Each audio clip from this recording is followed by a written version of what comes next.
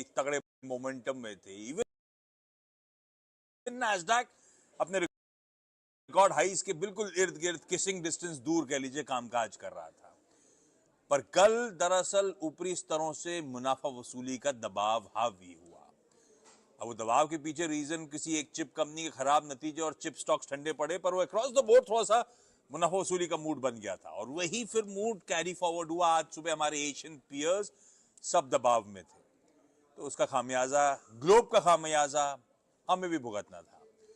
तो बुरा नहीं था सेशन वैसे, एक समय हरे निशान में भी थे, 30, 35, 40 पॉइंट, एक समय 150 पॉइंट दबाव में थे। फाइनली ऑफ डेज लोज भारतीय बाजार बंद होते हुए नजर आए। इंपॉर्टेंट ये है कि दायरा है नियर टर्म में 24,900 हमारे लिए बहुत इंपॉर्टेंट सपोर्ट जोन्स हैं, और अदरवाइज 24,700, 750 के जोन जहां से हम लोग इवेंचुअली घूमे थे। आज भी वो इंटरडे लोज 24,900 के इर्द गिर्द आके वहां पे बाइंग थ्रस्ट मिला भारतीय बाजारों को।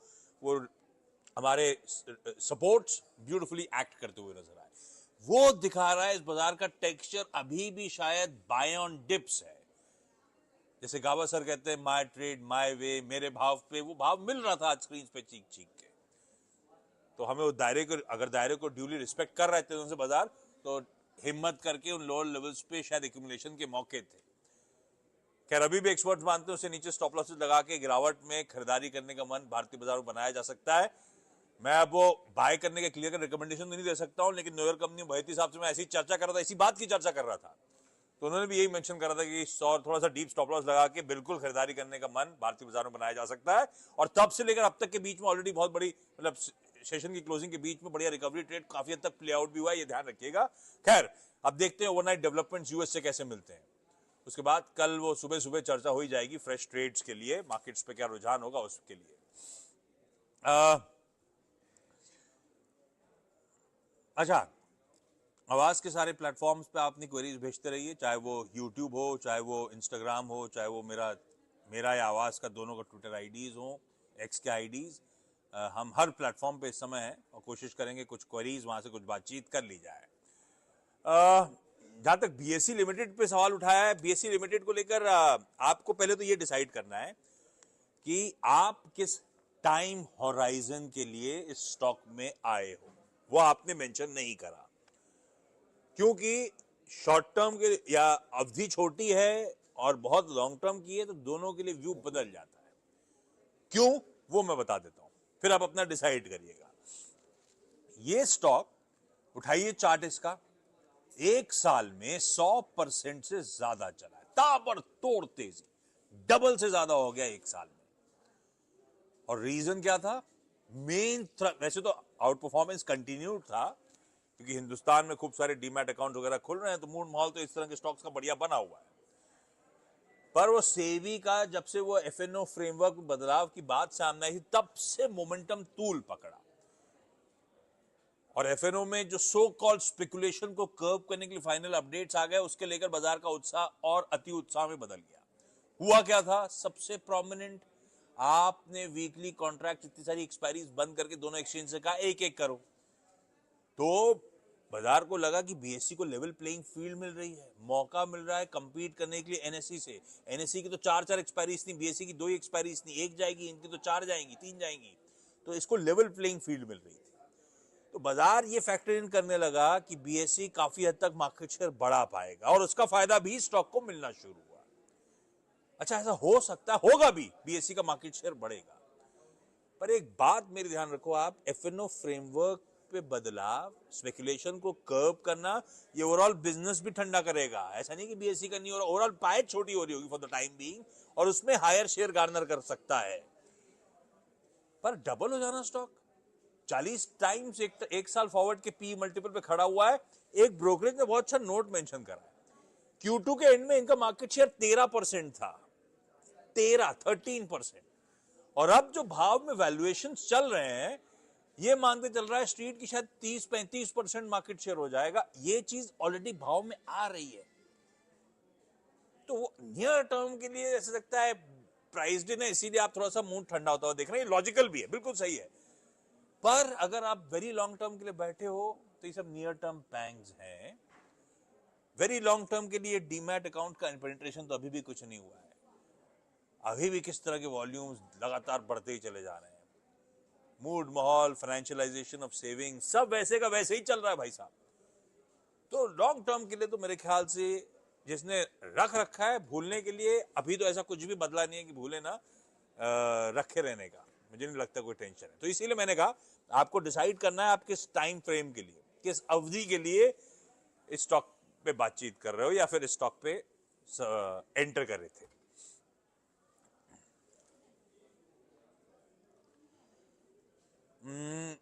जहां तक HDFC लाइफ इंश्योरेंस कंपनी की बात है यार,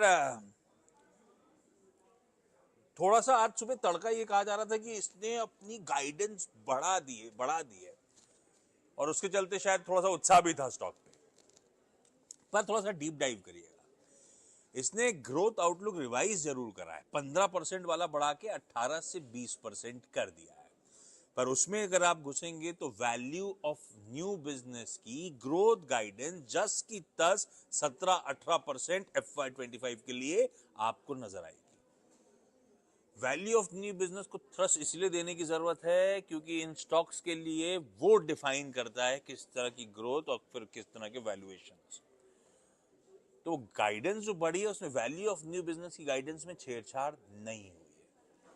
मार्जिन्स के फ्रंट पे डिसअपॉइंटमेंट आया हुआ है, मार्जिन्स करेक्ट हो गए थे, ठीक है वो टाइम फ्रेम इशू होगा, पर मैनेजमेंट ने खुद अपनी कमेंट्री में कहा है कि मार्जिन्स पे हम फ्लेक्सिबल है। मार्जिन्स पे फ्लेक्सिबल है मतलब कि आसान शब्दों में हम और गिरने दे सकते हैं ग्रोथ के एवज में, मतलब इन ल्यू ऑफ ग्रोथ। भाई दोनों चीजें नहीं बढ़ सकती, ग्रोथ लाने के लिए, मार्केट शेयर छीनने के लिए आपको मार्जिन्स कॉन्ट्रैक्ट करने पड़ेंगे। तो इनकी कमेंट्री बेसिकली वही कह रही है, पर वैल्यू ऑफ न्यू बिजनेस की ग्रोथ के लिए तो इन्होंने कुछ बदलाव करे नहीं है। तो मेरे लिए इस भाव पे ये 725 के आसपास के जोन्स पे होल्ड ही है ये स्टॉक।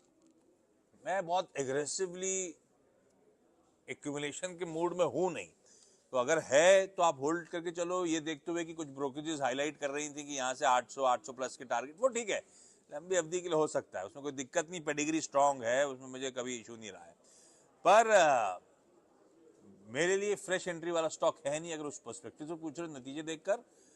और 750-760 हाईज हैं, वो इजीली पहुंच सकता है स्टॉक, वो सब छोड़ दीजिए। तो होल्ड ही है ये स्टॉक आपके लिए लॉजिकली। कोचिन शिपयार्ड आज मैंने क्लोजिंग में देखा नहीं है, एक बार कोचिन शिपयार्ड देख लूं, रिस्पांस भी देख नहीं पाया था मैं दिन के दौरान, लेकिन रिस्पांस कैसा भी हो मुझे लगता है वैसे अच्छा रहेगा। कोचिन शिपयार्ड इन करेक्टिव मूव्स के बीच, जब ओएफएस का कल अपडेट आया था ना और भाव देखा था मैंने, पर ये तो ऑब्वियस था कि डे वन मतलब आज जब इंस्टीट्यूशंस के लिए खुलना था तो स्टॉक करेक्ट होता, क्योंकि 8% के आसपास मौजूदा भाव से, परसों के भाव से, क्लोजिंग से डिस्काउंट पे ओएफएस का फ्लोर प्राइस तय करा गया था, तो वो तो गिवन था। पर पता है मैंने वो भाव देख के अगर मुझे वो मिल रहा है तो शायद एक ट्रांच पैसा कमिट करने का कोचिन शिपयार्ड में समय आ गया है। मैं क्यों कह रहा हूं, एक तो ओवरहैंग छट जाएगा, हो सकता है बाकियों में भी ओएफएस आए, इसमें तो आ गया, जो होना तो हो गया। आज शाम का एक बार फाइनल रिस्पांस देख सकते हैं, 5 बजे के बाद अपडेट होगा कि नॉन रिटेल ने यानी कि इंस्टीट्यूशन ने कैसा बिड करा, उससे थोड़ी तस्वीर तैयार होगी, किस तरह की कमिटमेंट्स आए, कितना पैसा आया, कितना ओवर सब्सक्राइब हुआ। दूसरा, कोचिन शिपयार्ड या ऐसी कई सारी डिफेंस कंपनीज में कोई इशू नहीं है धंधे को लेकर, सॉलिड फाइनेंशियल्स हैं, बुक टू बिल रेशियो गजब का, मतलब आसान शब्द में खूब तगड़ी ऑर्डर बुक है, बहुत तगड़ी ऑर्डर बुक है, एग्जीक्यूशन को लेकर इशू नहीं आ रहे हैं, सब कंपनियां बढ़िया काम कर रही हैं। बस इशू ये आ गया था, हम और आप अति उत्साहित हो गए थे, खूब खरीद डाला तो वैल्यूएशन बहुत स्ट्रेच हो गए, और धंधे को लेकर कोई इशू नहीं था, वैल्यूएशन को लेकर इशू था, वैल्यूएशन खंडे पड़े। भाई 3000 का स्टॉक आ गया ना 1600 के नीचे, तो कहीं ना कहीं वैल्यूएशन अब जस्ट लगना शुरू हो रहे हैं, वो ओवर स्टेज वैल्यूएशंस अब लग रहा है कि वो जोन्स पे आ रहे हैं ये स्टॉक जिसमें शायद थोड़ा पैसा कमिट करा जाए एक ट्रांच में ना, क्योंकि हु नोज यहां से भी कुछ करेक्शन आए, और अगर आ रहा होगा तो एक्यूमुलेट करने के मन और बनाया जा सकता है, इसीलिए मैं कह रहा हूं ट्रांच में पैसा डालने का समय। पर वो सब कुछ डिपेंडेंट है, आज शाम को वो अपडेट जब आएंगे फाइनल मेरे पास तब अपन उस पर कॉल लेंगे, लेकिन हाँ एक ट्रांच कमिट करने का मन तो बहुत है। और ऐसे ही कहीं कहीं ओएफएस आ रहे हो, कहीं कहीं मीनिंगफुल नॉक्स ले रहे हो, तो शायद समय आएगा। अब अभी तो फॉलिंग नाइफ है, पर कहीं ना कहीं कमिटमेंट देना है, तो मुझे लग रहा है। इसीलिए अब एक बार नंबर्स देख लेता हूं, कल फिर आपसे कल चैनल पे बातचीत कर लूंगा, शाम तक तो देर हो जाएगी। आज के देख के अपन रिटेल के लिए क्या करना है कल, उस पर अपन सुबह भी चर्चा कर लेंगे। हंडई मैंने पहले ही कहा था, हंडई या ह्युंडई, अपन को ह्युंडई समझ में आता है, मैनेजमेंट से पूछ लिया तो गड़बड़ हो गई, हंडई हंडई दिमाग में बैठ गया है। मैं ह्युंडई मोटर्स इंडिया की बात कर रहा हूं।